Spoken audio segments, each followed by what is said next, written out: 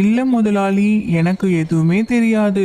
அந்த குருவி கொடுத்த பழங்களை நான் அப்படியே உங்ககிட்ட வந்து கொடுக்குறேன். அந்த குருவி மொத்தமே இவ்வளோ வாழைப்பழங்கள் தான் எனக்கு கொடுத்துச்சு. அந்த சேது கழுகு சொல்லுது.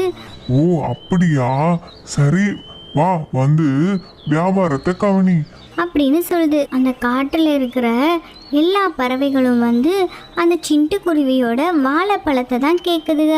அந்த வாழைப்பழம் இருக்கா, அது ரொம்ப சுவையா இருந்துச்சு, எங்க எல்லாருக்கும் அந்த வாழைப்பழம் தான் வேணும் அப்படின்னு சொல்லிட்டு எல்லா குருவிகளும் பறவைகளும் அந்த வாழைப்பழத்தை தான் கேட்குதுங்க. இதனால நம்ம சேது கழுகுக்கு ரொம்ப அதிக வியாபாரம் நடந்து பணங்கள்லாம் அதிகமாக கிடைக்க ஆரம்பிச்சிருச்சு. அடுத்த நாள் விடிஞ்சிச்சு. விடிஞ்ச உடனே எப்பயும் போல ராமுக்காகவும் சிட்டுக்குருவியோட தோட்டத்துக்கு போய் பழங்கள் நிறைய வாங்கிக்கிட்டு இருக்கு.